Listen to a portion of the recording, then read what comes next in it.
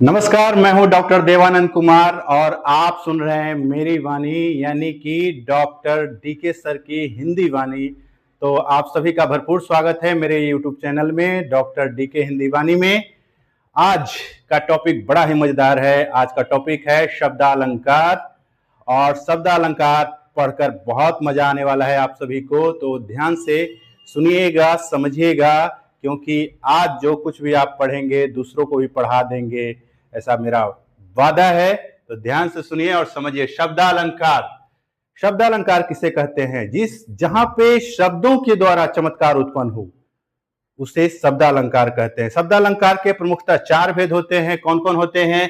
तो पहला है अनुप्रास अलंकार, दूसरा है यमक अलंकार, तीसरा है श्लेष अलंकार और चौथा है वक्रोक्ति अलंकार। अब एक एक करके सभी अलंकारों के बारे में जानते हैं कि किस अलंकार को कैसे समझते हैं। पहला अलंकार है अनुप्रास अलंकार। शब्दालंकार का पहला भेद क्या है? अनुप्रास अलंकार।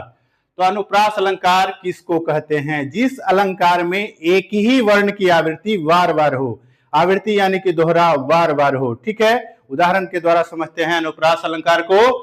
तो चारुचंद्र की चंचल किरणें खेल रही थी जलथल में। चारुचंद्र की चंचल किरणें खेल रही थी जलथल में। अब इसमें च वर्ण की आवृत्ति बार बार है। चारु में भी च है, चंद्र में भी च है, चंचल में भी च है ना।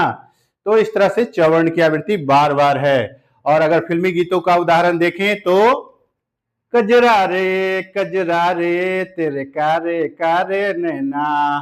अब कजरा में क में है ना, क है ना, कारे कारे में है।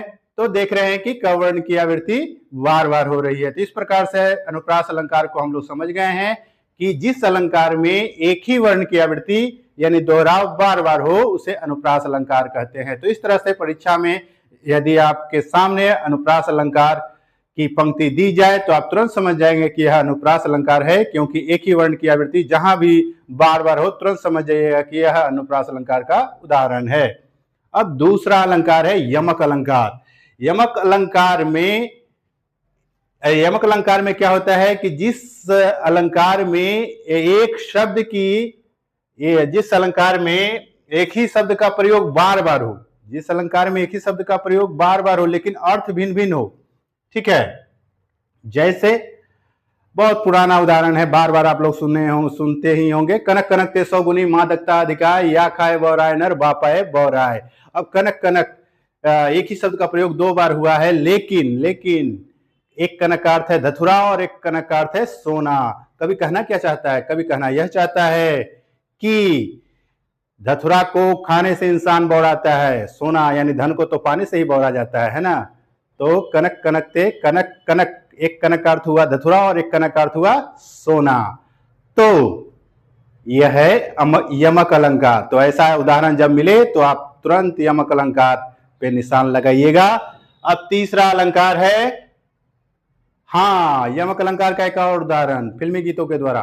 सजना है मुझे सजना के लिए। अब सजना है मुझे सजना के लिए। सजना मतलब कि श्रृंगार करना। किसके लिए? सजना के लिए, यानी अपने प्रियतम के लिए। तो इसमें भी यमक अलंकार है। और अब हम लोग आगे बढ़ते हैं और पढ़ेंगे अब श्लेष अलंकार। तो श्लेष अलंकार किसे कहते हैं?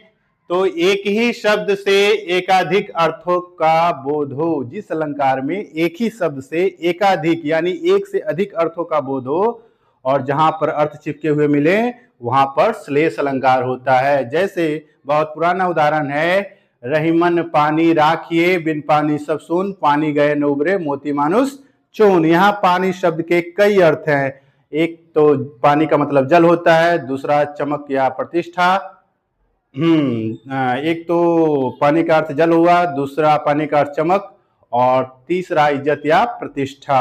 रहीमन पानी राखिए, रहीमन पानी राखिए बिन पानी सब सून। रहीम कवि कहते हैं कि हे मनुष्य, हे मानव, पानी रखो, पानी की इज्जत, पानी को बचा कर रखो, क्योंकि पानी गए नुबरे मोती मानुष चून। यानी कि पानी यदि चला गया तो सब कुछ चला गया। जैसे अगर हम मोती के संदर्भ में देखें तो मोती के संदर्भ में पानी का अर्थ हुआ चमक। अगर मोती में से चमक चली जाए तो मोती का कोई मोल नहीं है। और इसी तरह से मानुष, मानुष यानी मनुष्य के अर्थ में अगर हम पानी शब्द का अर्थ निकालें तो इसका हो जाएगा इज्जत या प्रतिष्ठा। तो यदि मनुष्य की इज्जत या प्रतिष्ठा चली जाए तो मनुष्य का कोई मोल नहीं। और चून यानी चुना के अर्थ में यदि हम पानी का शब्द का मतलब निकालें तो जल होगा। बिना जल के चूने का कोई इस्तेमाल ही नहीं हो सकता है। तो ये है आपका श्लेष अलंकार। अब फिल्मी गीतों का उदाहरण देख लीजिए। तुम ही मेरे मंदिर, तुम ही मेरी पूजा, तुम ही देवता हो, तुम ही देवता हो।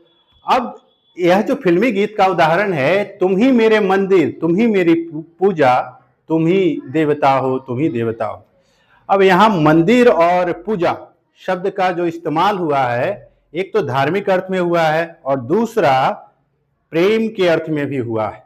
ठीक है, तो यह है श्लेष अलंकार।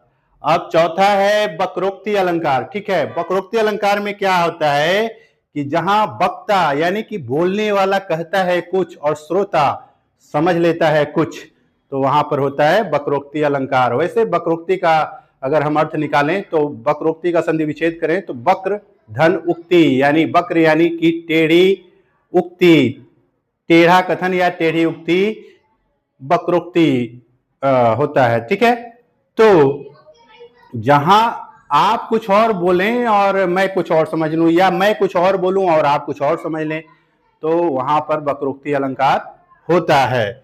अब जैसे उदाहरण देखते हैं, पर्दा है पर्दा, पर्दा है पर्दा। फिल्म अमर अकबर एंथनी का वह गाना याद कीजिए जिसमें पर्दा है पर्दा गाना गाया जाता है। अब यहाँ पर्दा है पर्दा का अर्थ समझिए। पर्दा है पर्दा का अर्थ सिर्फ, पर्दा का मतलब सिर्फ कपड़ा से यहाँ मतलब नहीं है। पर्दा का मतलब है कि यहाँ संकोच, सामाजिक बंधन भी व्यक्त हो रहा है। किसका? नायिका का, है ना।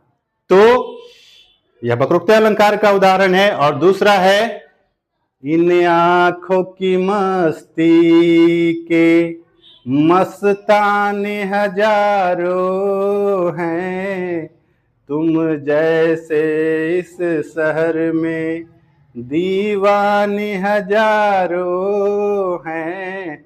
अब यह जो गाना है, इन आंखों की मस्ती के मस्ताने हजारों हैं। अब नायिका यहाँ अपनी सुंदरता का वर्णन सीधे सीधे मुख से नहीं करती है, बल्कि आंखों के बहाने से करती है। तो इसी को तो कहते हैं वक्रोक्ति अलंकार।